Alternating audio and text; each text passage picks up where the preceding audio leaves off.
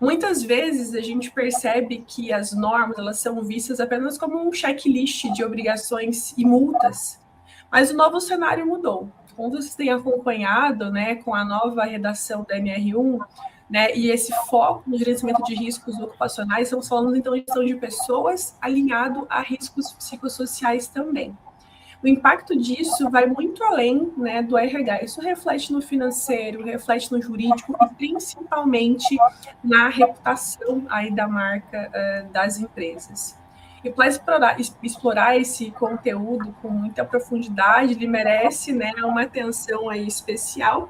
Nós estamos aqui com a gente hoje uma convidada super especial, a doutora Karine Erani. Karine, né, advogada com mais de 15 anos de experiência e com um diferencial muito interessante. Ela transita com maestria entre o jurídico e também o mundo dos negócios, né, Karine? Atua aí fortemente em compliance, negociações internacionais, desenvolvimento de novos mercados e também, né, contribui aqui fortemente, né, com diversas empresas aí dentro desse segmento. Karine, é um prazer mais uma vez ter você aqui com a gente na Digital Medicina e vai ser muito gostoso aqui essa nossa conversa de hoje. Estou bastante animada. Seja bem-vinda. Primeiramente, um bom dia a todos. Bom dia, Priscila. Bom dia, Rafael, a equipe que está conosco. É uma equipe incrível e que traz sempre à tona temas muito interessantes. Como a Priscila falou, vou me apresentar muito brevemente a vocês. Eu sou advogada, exerço a advocacia na área de direito empresarial, então a empresa é o meu pedaço, né, de atuação. Sou mestre, pós-graduada em direito empresarial, atuo no grupo Educar Mais e também aqui colaboro com a Digital Medicina hoje, para a gente falar, como a Priscila mesmo mencionou, um tema que está no topo, não é, dos assuntos, é o trend do momento, eu diria, usando uma expressão bem moderna, mas não é à toa, é justamente porque esse tema é decisivo para o sucesso e a sustentabilidade financeira das empresas em curto prazo. Não é? A gente não está falando aqui de fatores que podem contribuir ou impactar a empresa a médio e longo prazo somente, não. A gente está falando de coisas que podem impactar logo ali, no mês de maio. Então, é preciso que a gente esteja atento. E quem não se atentou a esse tema antes, precisa estar atento agora, porque já está tarde. Não é? Se já tá passou, na verdade, né, Karine? Se está ouvindo esse assunto e conversando sobre isso pela primeira vez, vamos correr, né? Porque a gente tem pouco tempo. Mas, de qualquer forma, todo tempo é bom e é viável fazer qualquer tipo de ajuste. O que a gente vai falar muito hoje é uma palavra conformidade, não é? Que a gente usa muito essa expressão em inglês, que é o que eu trabalho também muito, que é o compliance. Compliance é a conformidade com a legislação, conformidade com boas práticas. E a NR1, essa atualização na NR1 que a gente está conversando hoje, ela vem justamente trazer conformidade com uma nova legislação, com norma reguladora, mas também com boas práticas de mercado.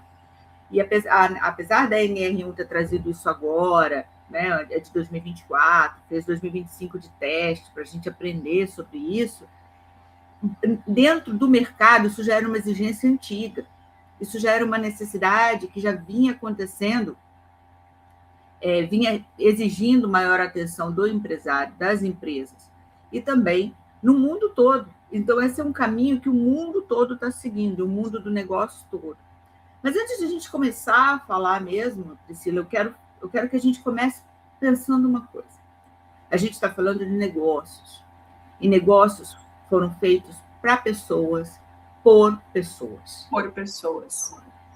Nunca a gente deve se afastar, e eu trabalho com planejamento estratégico de negócios, de operações, não é? Com compliance, e a gente deve sempre ter em mente, o negócio é para pessoas, feito por pessoas. Então, a partir disso, a gente precisa entender a NR1 como um ponto estratégico do negócio.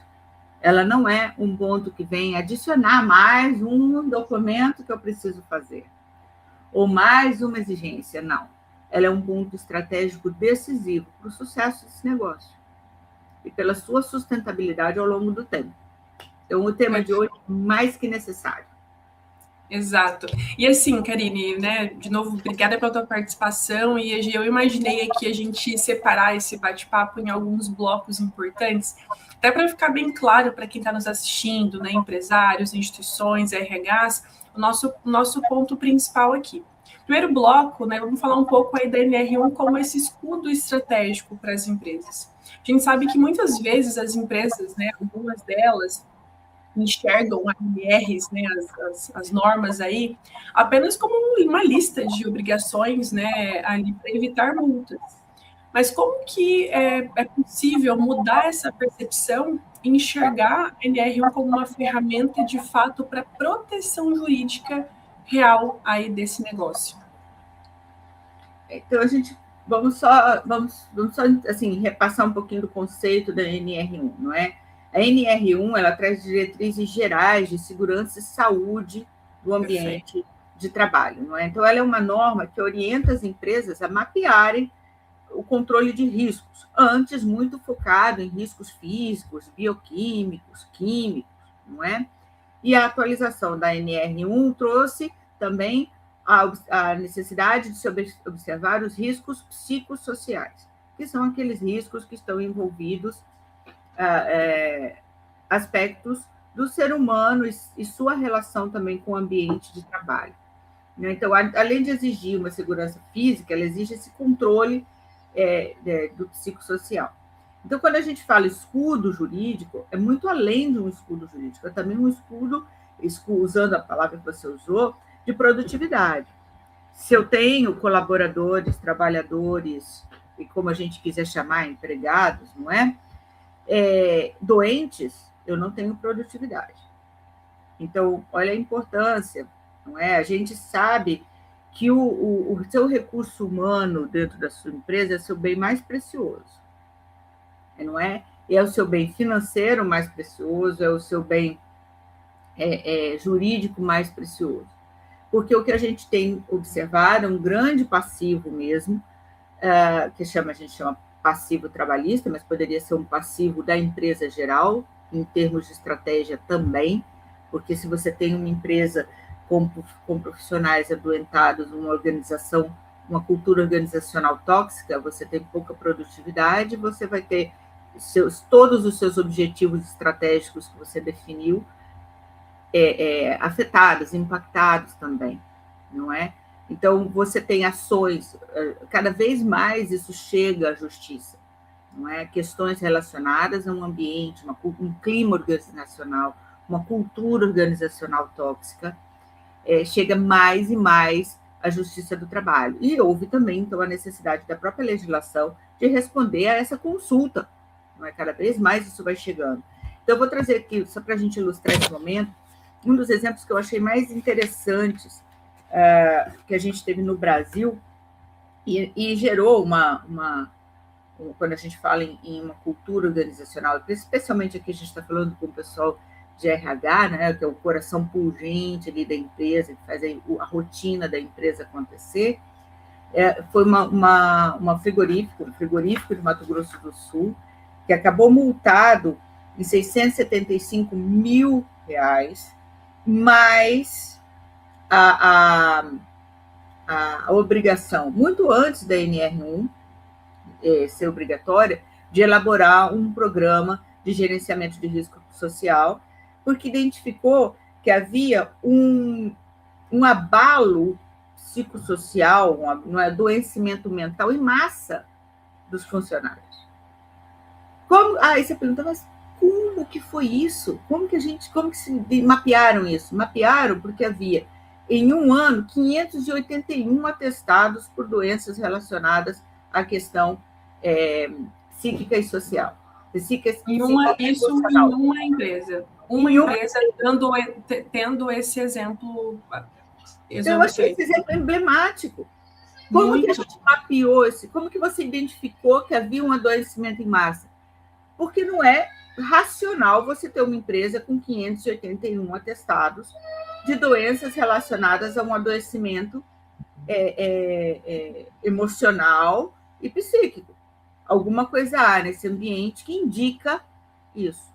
E o que isso gerou? Isso gerou um processo na justiça, isso gerou fiscalização, que acabou averiguando uma epidemia. Havia, sim, uma epidemia ali causada por um ambiente funcional tóxico. Então, não havia meios de você curar os funcionários se você não curar o ambiente. Gerou processo, gerou custo para a empresa, gerou multa, gerou custos previdenciários, não é? Porque existem reflexos, a gente fala em custos financeiros, mas a gente inclui aí também os custos previdenciários. A lei prevê, não é, um aumento de custos previdenciários. Isso vai impactar diretamente o resultado da empresa no final. Você vai aumentar o passivo de forma drástica. Então, o papel da NR1 na questão da performance estratégica da empresa, no seu plano estratégico, é fundamental. E se ele não estiver previsto ali como controle, mapear, avaliar, mapear, controlar, que a gente vai falar esses 3 verbos muito juntos, porque eles são uma tríade, não é? Se isso não estiver dentro do planejamento estratégico da empresa, não adianta você planejar a empresa financeiramente, não adianta você planejar a empresa juridicamente, não é? A gente faz o planejamento dos riscos jurídicos, dos riscos econômicos, dos riscos sociais, se você não fizer um planejamento dos riscos psicossociais. Exatamente. E esse desafio é algo assim muito grande. A gente acompanha aí as estatísticas que elas só aumentam, não tem uma estabilidade, não tem uma perspectiva de queda, está só aumentando. E um dos pontos mais sensíveis hoje, né, de fato, é a saúde mental. Juridicamente falando, Karine, onde que termina essa responsabilidade individual, ou seja, a pessoa, desse indivíduo, ele, né, se reconhecer como pertencente de um ecossistema de uma empresa, saber do seu papel também de buscar ajuda, de se cuidar, de se prevenir e tudo mais, e onde que começa essa responsabilidade da empresa, né, sobre os riscos psicossociais e também possíveis passivos trabalhistas, né? É porque a gente precisa entender algum aspecto que é muito importante, não é? Os riscos psicossociais que a gente trata aqui, eles estão relacionados às condições de trabalho. Sim. E não ao estado emocional pura e simplesmente individual de cada trabalhador. Claro que cada trabalhador tem sua condição emocional, suas questões pessoais, seus próprios desafios, e todos nós temos, não é? E claro que isso reflete ocasionalmente no nosso trabalho, como diminuição da nossa produtividade ou um pouco do nosso desgaste. E isso é normal, isso é do humano, isso é o fator humano, não é? O humano tem isso. Agora, quando a gente fala em condições de trabalho tóxicas, a gente está falando de um outro aspecto que não quer dizer, não tem nada a ver com a condição emocional do indivíduo. Essas pessoas não estão adoecendo porque elas têm maior tendência ou não, ou porque elas são pessoas mais frágeis ou não. Estão adoecendo porque existe um fator comum dentro do ambiente de trabalho. Não é? Então, qual é a responsabilidade? Começa a responsabilidade da empresa, porque a empresa tem total responsabilidade dentro do seu ambiente, do ambiente que ela proporciona. Não é? Os problemas e variações e alterações emocionais que o profissional eventualmente sinta no seu campo individual, aí é a responsabilidade dele. Mas a partir do momento que essa instabilidade está sendo causada por um fator do ambiente de trabalho, é responsabilidade da empresa. E aí a gente fala em responsabilidade jurídica, responsabilidade gerencial. É tanto responsabilidade o ambiente de trabalho que a lei prevê, não é? Responsabilização civil e criminal dos gestores, caso a NR1 seja negligenciada. Não é? A gente ainda não viu isso, porque a lei ainda não entrou na sua total vigência. Não é? A gente estava em treino. Não é? Vamos ver como ela vai ser na prática. Não é? Mas a gente já viu na justiça alguns casos onde a empresa foi, como eu acabei de citar, esse frigorífico, foi responsabilizada pelo seu ambiente prisional. Então, a gente precisa diferenciar, para ver a responsabilidade, a gente precisa diferenciar o que é um estado emocional individual do trabalhador e o que é uma condição de trabalho tóxica, abusiva, enfim, disfuncional. Eu gosto mais da palavra disfuncional. Não é? Sim, dentro desse contexto, né, temos também o papel do próprio compliance na mitigação aí desses riscos antes deles virarem o processo. Como que você enxerga isso, né, esse papel e o quanto que muitas coisas poderiam ser prevenidas de fato, né? Nossa, eu diria que, não vou puxar a sardinha para o meu lado do compliance, mas dizer que o papel do compliance é um papel preventivo. E a gente está falando, aí nesse caso, nesse tópico especialmente, a prevenção é a palavra-chave. A prevenção e o diálogo, né? A troca, a transparência, né? Eu gosto desses três, a prevenção, o conhecimento, conhecer a sua estrutura funcional, não é? E a transparência, são pilares importantíssimos quando você está trabalhando no compliance, quando a gente fala na NR1 especificamente. O compliance não pode zerar todos os riscos, porque não existe isso, a gente não zera riscos, né? Os riscos são inerentes da atividade empresarial, a gente está falando aqui da atividade empresarial. Existem riscos e vão existir sempre, mas a gente precisa ter um ambiente que seja funcional, que dê o amparo para que o meu profissional, o meu colaborador, o meu empregado desempenhe suas funções de forma produtiva e satisfatória. E eficiente, né? Porque não adianta só fazer as atividades de forma ineficiente. E aí o papel do compliance é muito importante. Mas o compliance, ele não é apesar de a gente estar ouvindo muito essa palavra por aí, muita gente fala, compliance é moda. Não, compliance é moda. Compliance é exigência do mercado. E cada vez mais vai ser uma exigência do mercado. E é do mercado nacional, que a gente está abraçando agora com a NR1 também os riscos psicossociais, mas já era em relação a outras questões, não é? Risco, o compliance na área de financeiro já existia, sempre muito forte, mas é uma exigência do mercado internacional. Né? Como eu atuo bastante nessa área, você não faz negócios com outros países se você não mostrar que você está em conformidade. É bem interessante isso, né, Kramer? Porque para algumas instituições, para contratar uma outra empresa, está dentro do próprio checklist dela, né? Então, sim, se a empresa ela atende especificações ali, que é importante para uma contratação de um novo parceiro, de um novo fornecedor, né? Isso é algo super comum dentro do mercado, no mundo dos negócios, e que tem algumas empresas que não estão se atentando a esse papel estratégico também, né? E você não se atenta para esse papel, você renuncia a uma possibilidade estratégica muito importante para a sua empresa, que é o mercado internacional. Mas hoje, eu vou dizer assim, 2 mercados que você não consegue trabalhar ou formar parcerias ou fazer negócios com eles, se você não tiver um programa de compliance real, verdadeiro, concreto, sólido, a gente está falando do mercado americano, onde o compliance é um setor que não é um plus que você oferece para o seu parceiro. Não, é uma exigência. É uma exigência mínima. Mínima. O mercado comum europeu. E vem agora uma grande oportunidade para as empresas brasileiras. E aí a gente fala empresas brasileiras, a gente não está falando só multinacionais, não é? A gente está falando empresas brasileiras, pequeno, médio, empreendedor também, não é? Que o mercado comum europeu fez um grande acordo com o Mercosul e abre portas para negociar com o mercado comum europeu. E você não contrata com o mercado comum europeu se você não tiver com a sua agenda de compliance em dia. Absolutamente. Mesmo que você ofereça o melhor preço, o melhor produto, você não oferece a condição mínima para a contratação. Então, você fecha portas.